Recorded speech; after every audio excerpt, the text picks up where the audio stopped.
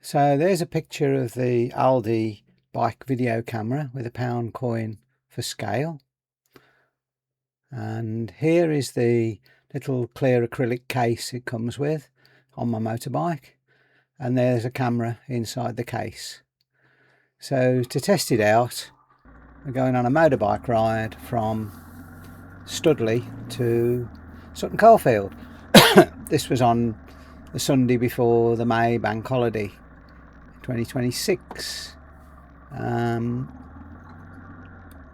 So just going out of Studley here, and it's a 30-mile-an-hour average speed check here. There's a first camera's on the pole there to the left, and then lots of people have been done by this. The other one is when you get to the cricket club in about half a mile or so, and it does your average speed between the two. So I say this is a video mainly to test the Aldi cheap bike video camera. It's branded Bauhn, B-A-U-H-N. It cost £20 in May 2026, and that included the mount and a 32 gig micro SD card, so pretty good value really. And I didn't expect it to be wonderful, and sure enough, certainly in this mount, maybe I'll talk about it later, it needs a better mount. I think the vibration of the bike, not the engine, just going over the crap road surfaces we've got in the UK these days, makes it bounce around, and you get a bit of this jello, don't you? Also, I hadn't mounted it straight on the bike, so I've done a little bit of rotation and then a crop. I think 5 degrees of rotation to try and get the horizon level, and then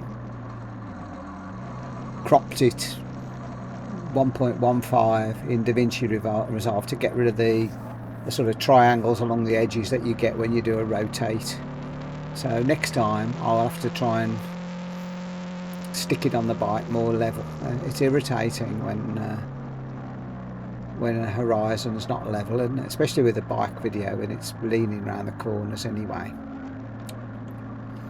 So the video camera is very simple. It's only got one push button for the control. You do a long push and it switches it on, and you get a solid blue LED. And then to switch to video recording mode, you do a long press, and the blue LED starts to flash. The blue LED is the only, well, it can change colour, but the one LED is the only display as such on this camera. Flashing blue means it's recording video, and then you do another long press and it stops recording video, goes back to a solid blue. While it's a solid blue, you can do a short press and it takes a still, and a very long press switches it off again. I think it might auto record if you connect it up to a power supply on your bike, but that might be handy actually, but then it wouldn't be in its waterproof case, would it? So here it's just recording onto the SD card, and it does like 5-minute clips, names them with the time and date, and the joins between the individual clips are reasonably seamless when you play it back.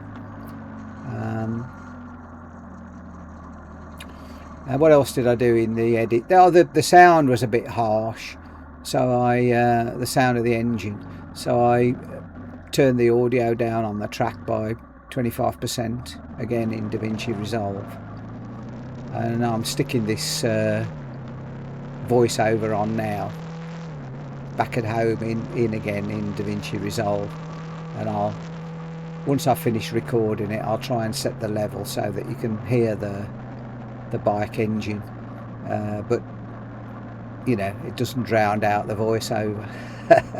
Although the bike engine might be actually a more interesting thing to listen to.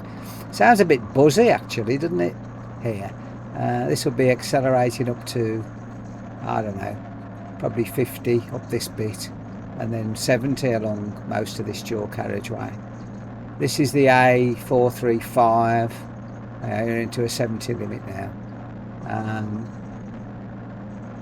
It was supposed to be, you saw it became a dual carriageway just back there a little way.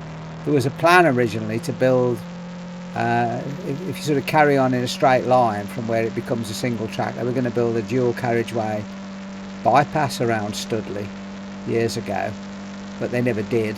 So Studley's a bottleneck now. You get off the motorway, you come down this dual carriageway, and then you've got the bottleneck through Studley and Kingscote of just an ordinary 30-mile-an-hour road for a lot of the way, 40 in places, and then when you get down to Alcester or Ulster, however you say it, there is a bypass then, and it's dual carriageway pretty much all the way then into Evesham and around Evesham, and then it's only the last bit. If you're going down to join the M5 that way, then the last little bit to get to Tewkesbury is not dual carriageway again.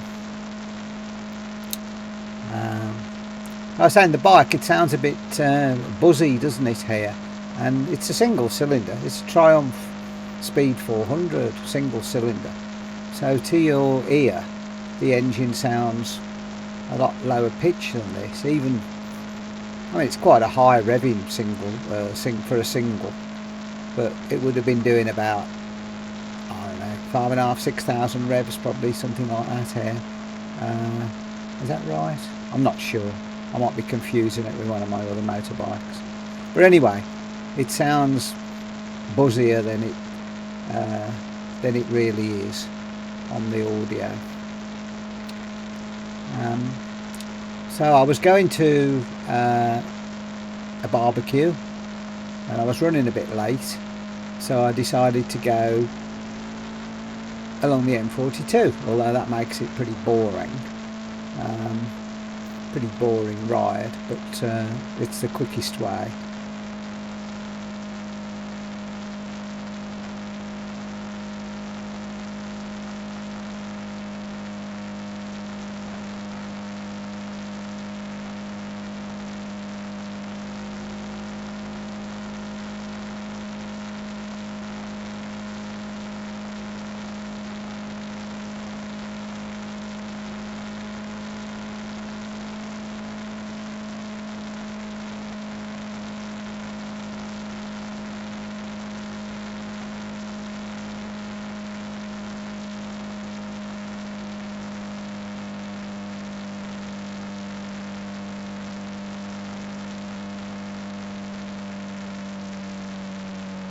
So here we are coming up to the M42 junction.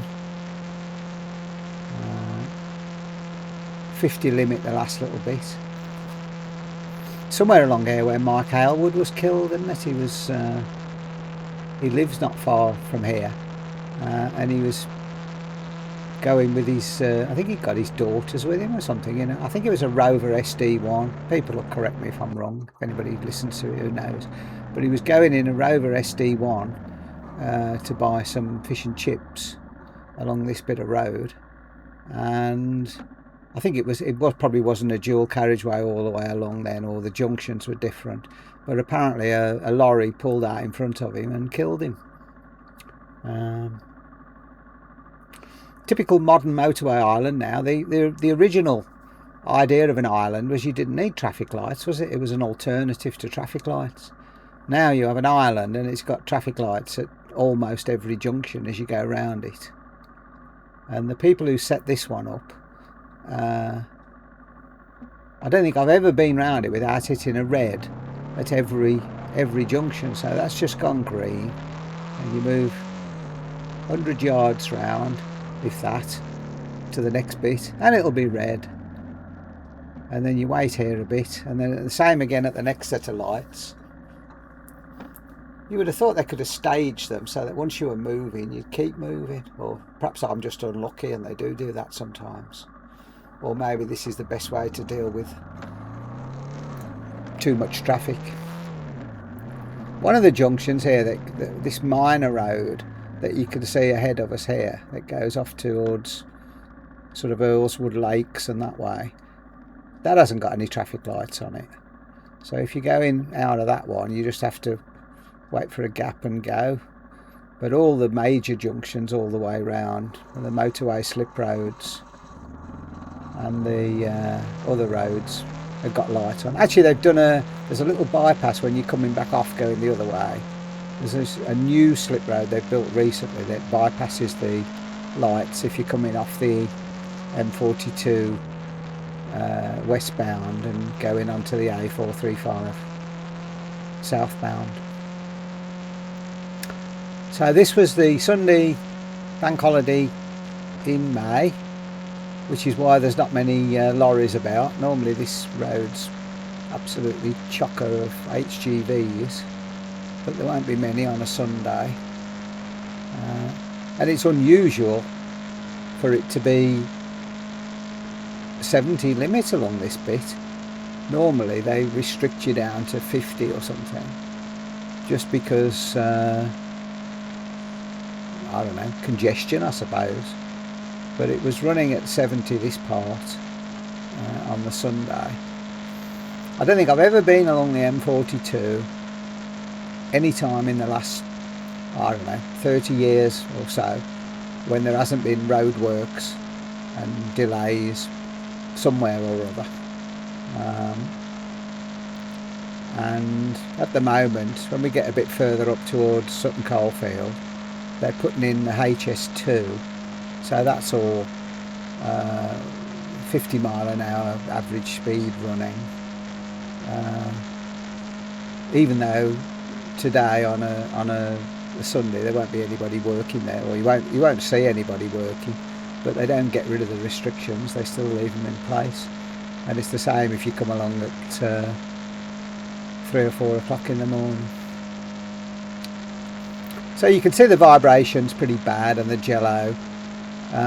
What it needs really is some sort of soft mount, and it needs the camera mounting on a bit of sponge or something. Maybe clip it to the front of your jacket or something, and then you could see the instruments as well. It's got that little cube magnet that I put this little cube camera that I put the stills in to begin with. You could see it. It's got a magnet on the back, so it'll clip to a metal surface. So if you weren't using this little acrylic cube mount, you could perhaps stick it to a metal plate and then have a bit of sponge on the back of that, and then I'll have to try it and also try and get it level.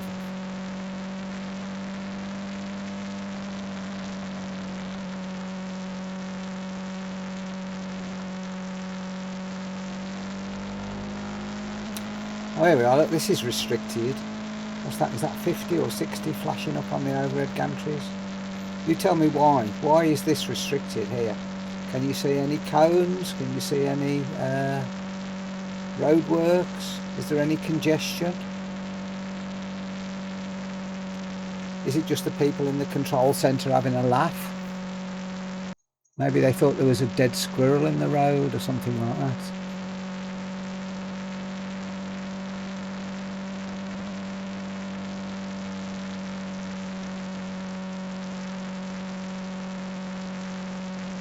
But anyway, there we are. That's the end of the restricted section. We're back up to national speed limit now, 70. I say, which is unusual along this motorway. It's normally so congested that they slow you all down. I think this was the first so-called smart motorway in the country. It's where they did the experiments for it. So I think you have to be running at 50 or less, and then they open up the what would have been the hard shoulder over on the left for traffic to run in. I don't think we're allowed to run in it today, and nobody's in it, are they? And probably on the overhead gantries you'll see there's a no entry sign showing up for the hard shoulder. But then it means that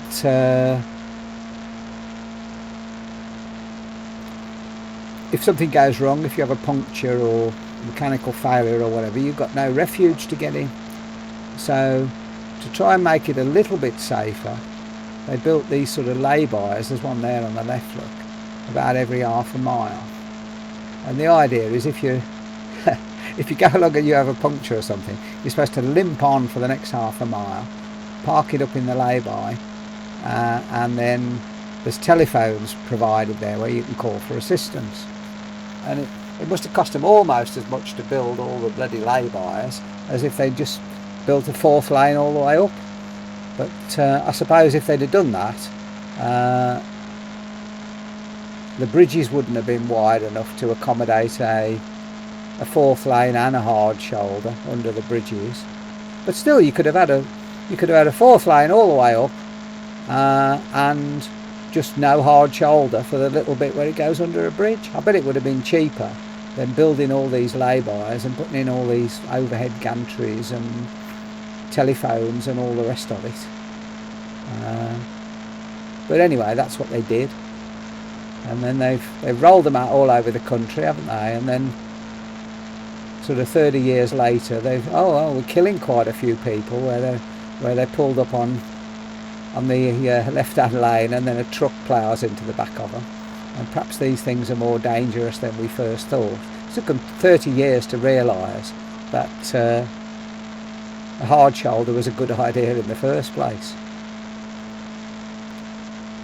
Anyway, sorry, all that rant was about, normally if you come up this road in the week and it's not a Sunday, it's not a bank holiday, it will be much more congested than this, and you'll be stopping and starting, and these overhead signs will be telling you that you should only go at 50, and they delight in changing it. You know, it's 50, then the next one's 40, and then 30, and back up to 50. Sometimes they change it just as you're about to go underneath it. You're about 20 yards away, and it suddenly changes the speed, and you think, oh, too late to change the speed. Have I been nicked for speeding now? Because there's cameras up on all of them. But I suppose when they lower the speed, they ought to give a grace period of a few seconds for you to slow down before it becomes the legal maximum.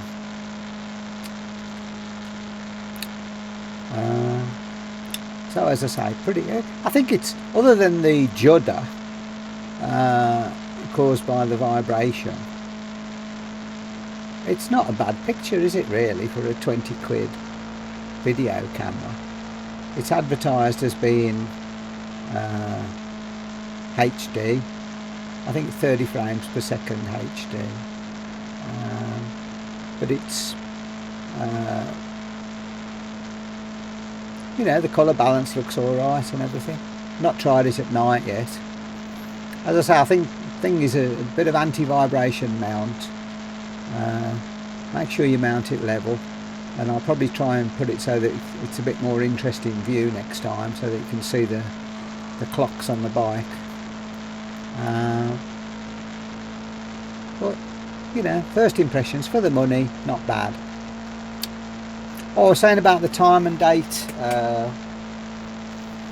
It records the time and date as part of the file names it produces.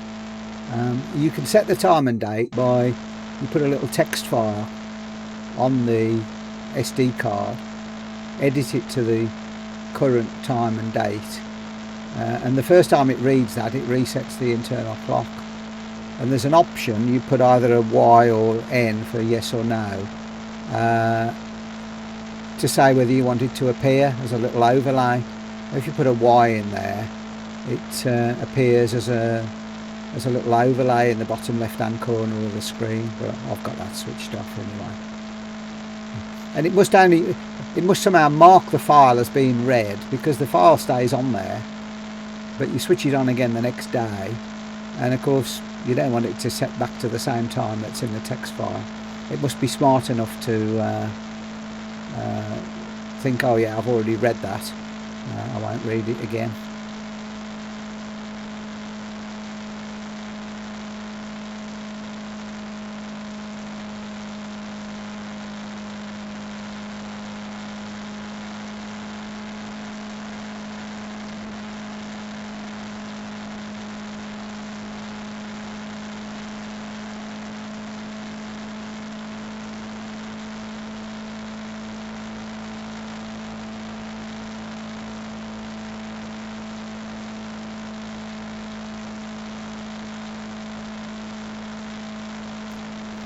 So, as I say,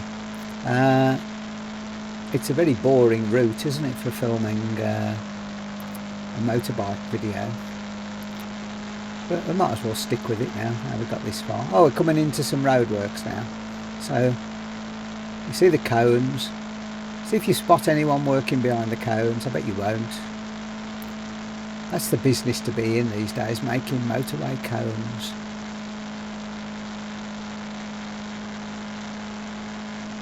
Right. There you are, 50 limit now. So I presume this is policed by average speed check cameras. It says it is. Interestingly, the overhead gantries don't seem to be showing the speed. You're just relying on these little tin plate things stuck on the side of the road. Perhaps they catch more speeders that way. Or maybe I'm being cruel and they've just switched off the gantries for maintenance or something. But you can see everything's coned off for no apparent reason. I suppose the works vehicles run up and down behind the cones, do they? When they're actually doing any work.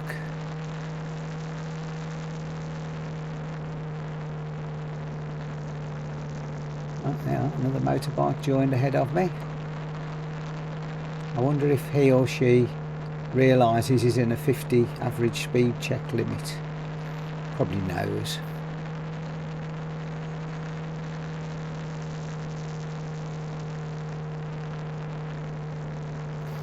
So I think all these roadworks are all justified by the building of HS2. They put a number of new bridges and viaducts over the road that you'll see over the next section. I don't know what they're all for, because you would have thought they'd only need one for the railway line. But maybe they've put some bypass roads in or something. I don't know. I think they've built one new bypass road already in the sort of area around Birmingham airport, which is off to the left here now because of congestion. But why there's several, see this huge viaduct supports there but no actual bridge on it yet. Is that the one that's going to carry the motorway? Sorry, the HS2? And you see there's some others further on. I know at one time they were going to do like a spur off the HS2 line into Birmingham that was due to carry on up to Manchester, and it was going to go to the airport, so maybe that's to do with that. Although you wouldn't have thought that needed to be high speed. It's only 10 miles or whatever, so you would have thought that could be an ordinary bit of railway. It's not going to get up to high speed anyway, is it? Just for 10 miles. I saw in the news last week the projected cost now is up over 100 billion now, isn't it, for HS2?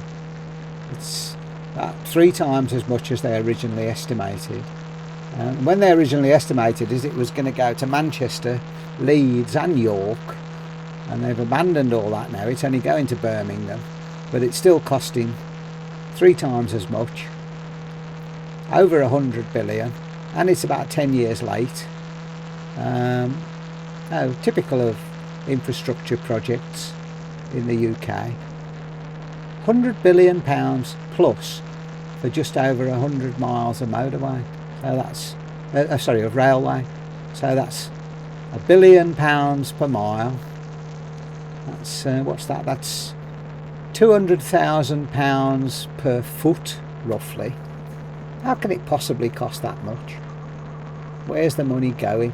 Who's getting all the backhanders? And why is it taking, 10 or 15 years longer than it should have done?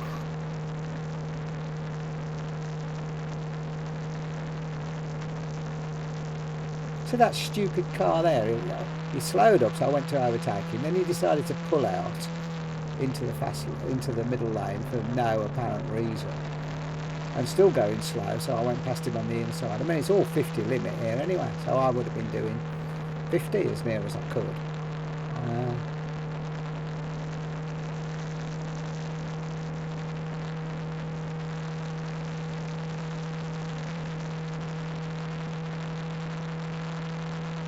Why he was dawdling at 40 but changing lanes. Oh, he's zoomed off now. Look, that's the same car ahead now. He's zoomed ahead a bit. Is he going to realise now that he's... Oh, I might be going too fast and slow down again.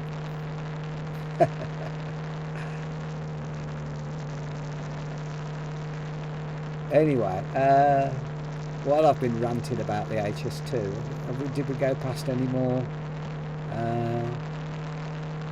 new bridges that they're building? Or maybe there's another one coming up still to go.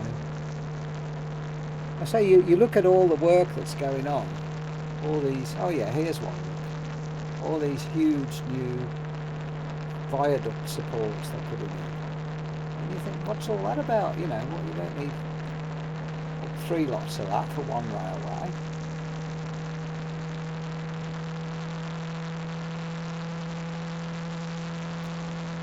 So it's not so far ahead here. We're going to get off the M42. There's a sort of junction here where you can go on the M6 toll. It's cost £7 just for motorbikes. Oh, I don't go on it. Or you can carry on up the M42, which becomes the A42 and eventually joins up with the M1. Oh, here's our friend who pulled out at the junction, a few junctions back ahead of us. I think it's the same bike. Oh look, here's another sort of bridge viaduct type thing. Oh, that's 3 now, isn't it? 3 or 4. That one looked a bit smaller though. Maybe that's a footbridge or something. And then the other, I was talking about a junction, but the other one is, I think it's the A46. It goes up towards 446, something like that. It goes up towards Lichfield anyway. And that's the one I take when I'm going to Sutton Coldfield. So we're in the lane now for taking the A446, still in this 50-mile-an-hour average speed check zone. Don't know why, I say, can't see anything. They haven't even got any cones out now, have they?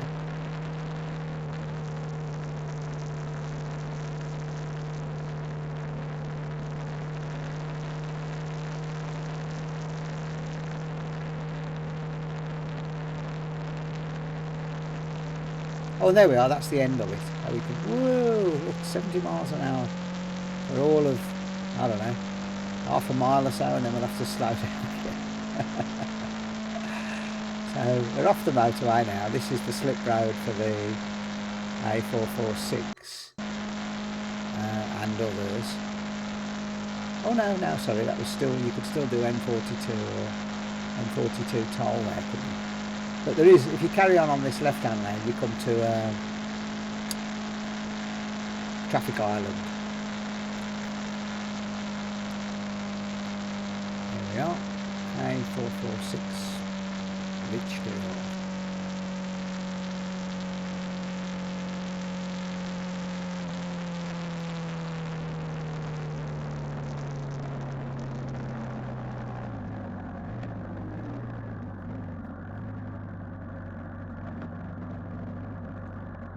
I don't know why that car's going so slow in what will be outer lane.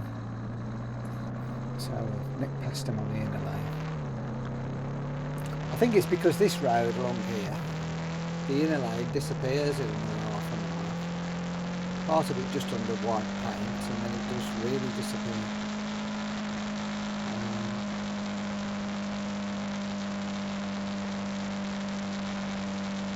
It's because of that junction there, isn't it? But anyway, and there's another island where if you're going to Drayton Manor Park, you do a right there. If you're going to Lichfield, or the way I'm going to Sutton Coldfield, you go straight on.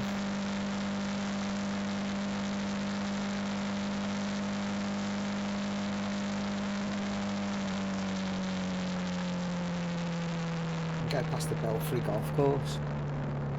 Look at the potholes here. This is a trunk road. Look at these size of those potholes. You could bury somebody in some of those.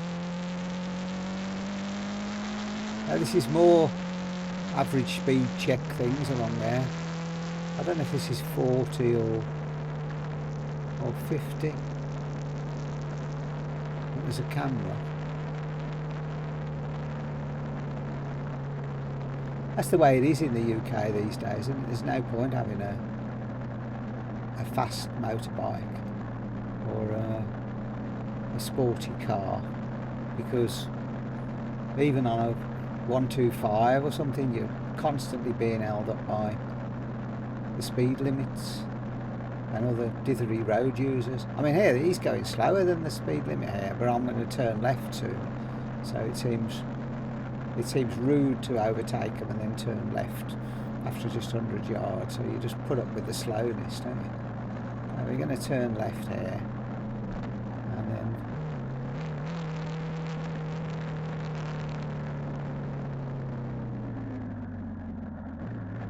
this is probably the most interesting bit of the ride, this next bit.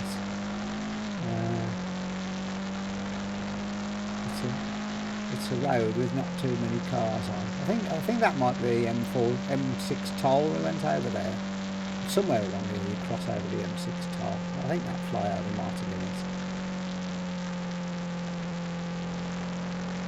But again, unless you're very familiar with the road, which I'm not, you could run into a huge pothole halfway around the corner, couldn't you? So you've got to take it pretty steady.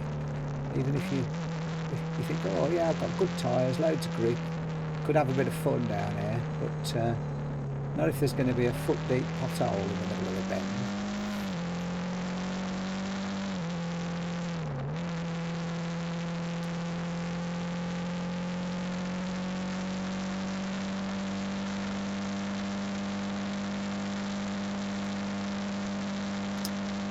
So a little bit ahead now, we'll be coming into more speed restriction zone. I always look for the Sutton Coldfield transmitter mast when I'm going along there. You'll see it on the horizon over towards slightly to the right probably, big tall mast, and that's the big transmission mast for, it's in the distance, but you should see it if this camera's good enough. Yeah, you can see it in the distance now, faintly over to the right. That's the main television transmitter mast that covers all Birmingham. That's the main one. I don't know when they're going to be turning that off. They're probably going to go internet only soon, aren't they, with what used to be terrestrial TV. I know they're switching off the long wave transmitter at Droitwich, aren't they, next month? That was 20 something till June. The old 1500 meters as was long wave transmitter is being switched off. This is Reddycap Heath Road, this is called 30 limit.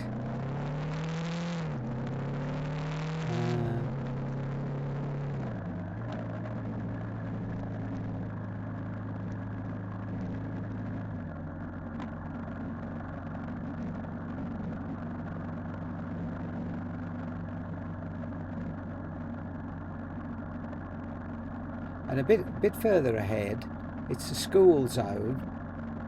Here it is, and it's 20. And I seem to remember when they first introduced these school zones, they only applied, you know, when there might have been school traffic around, but not this one. It's even when during the school holidays and 3 o'clock in the morning, Sundays and all that, it's a 20 limit with speed humps. but you can miss the speed humps on a motorbike, most of them anyway. There's a raised zebra crossing here that you can't miss. There we go, bump bump. And if you were to carry straight on now, it would take you down to Sutton Coldfield town centre eventually, but I'm going to do a left here because I'm going to my sister's house for a barbecue. So I'll end the video here somewhere, and I say I might record, I did record the return journey, I might upload that as well, which will be just as bouncy but probably more interesting ride.